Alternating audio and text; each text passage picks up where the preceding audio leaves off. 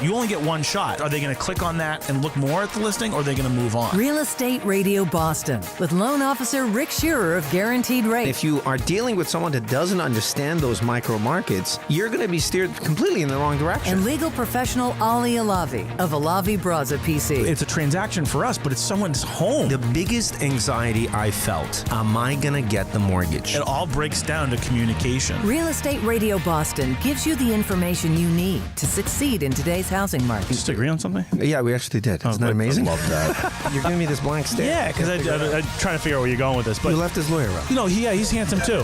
Rick Shearer, NMLS ID 454910. This is Real Estate Radio Boston.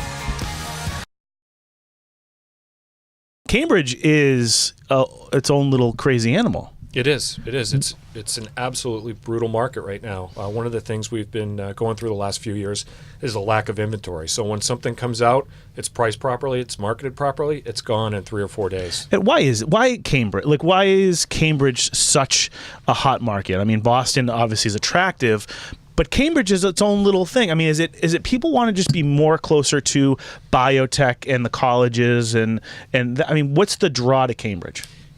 To answer that, I look back to 07 and 08 when the market really kind of tanked in the Boston area. Cambridge really held its value, and I think one of the reasons it did is because of the biotech, the pharmaceuticals, the universities. Those companies and those institutions aren't going away. That's why Cambridge is one of the most desirable areas in Greater Boston. There's not a lot of new construction. We're not building any more land or anything in Cambridge.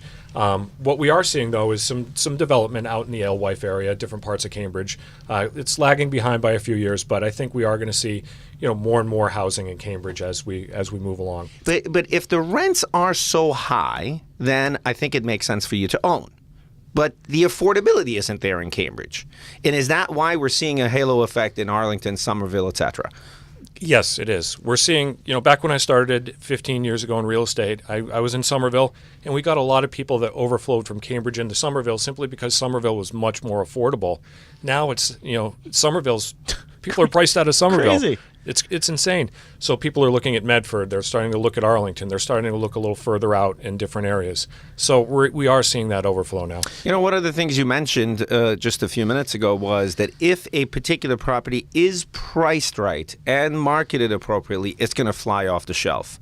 Is that a common mistake that you think sellers make in this market in really setting their expectations, having unreasonable expectations? Well, it's pretty interesting. When I sit down and I do a market analysis with a seller, I point out a couple of things. You can notice a trend in the comparables. You can see a property that's priced at $450 and sells for $500. You can see it priced at $475, it sells for $525. I think where sellers and agents make a mistake is they price it at that inflated number. Yep.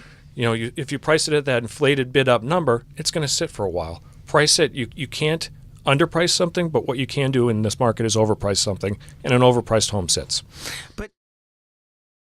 So the biggest thing that I do between, in explaining will-based versus trust-based planning, because most people that come in, they say, I need a will. And, we go through the exercise of, okay, this is how your assets would go through a probate procedure if you have a will. Because a will is basically a dormant document that is presented to the court upon your passing that says, okay, I want these people to be in charge of it, the executors, the personal representatives.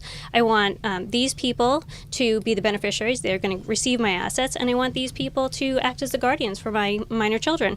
So they could put that in place instead of the court saying it if they don't have a will. So that's important of itself. But that's also a public procedure. You're presenting that in one of the courts around here, notoriously slow for their probate procedures is the Cambridge court right down the block here. So you put all that in the public record. So what a lot of people don't like that aspect when they see that. They see that all their assets are going to have to be listed in this public record that anyone has access to. And I could tell I'm going to interrupt you. It's slow because of the volume of actual work that's they're overloaded with. Absolutely. I mean, they're not slow because the process is inefficient. They're slow because, like we said, the statistics sort of compel the amount of volume that they're getting. Right. But go ahead. So what I tell them then is that, we go onto the back sheet and we say there's also this option of a revocable living trust. And what the revocable living trust is basically takes the court job and you do it beforehand. So you get a bigger document than a will. The trust lays out all the terms, lays out all the legal responsibilities that this now goes from executor to a trustee has. And they also name all these people in advance. And then my firm helps them with their trust funding. So once we have that trust signed, then we put their assets inside there. And so, one of them is if they have real estate, if they have a house, we're going to redeed that. We're going to deed that house over to them as trustees. Great transition, because this is probably one of the most popular questions that we get asked, both Rick and I.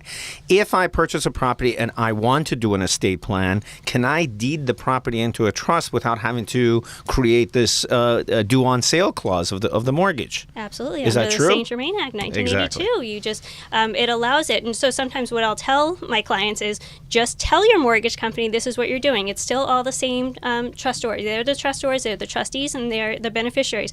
That allows them to grant and deed this house over into their trust with no due on sale coming. And I just want to. But Plymouth and South Shore, how is the market behaving there? So I think we have an inventory problem as well. No big surprise there. So we're starting to get into that atmosphere where there's multiple offers. You've got to really coach your buyers going in to what the scenarios are, how things are going to play out in multiple offer situations, and then also with our sellers, you spoke earlier in the show about coaching your sellers to be prepared. What happens if your home sells in day 1 or 2? What are the next steps? Are you prepared to go into temporary housing or be without a home for a little while? No, Sean, you had just mentioned that you're starting to see that, and we've been seeing that for a couple of years now up in the Boston area.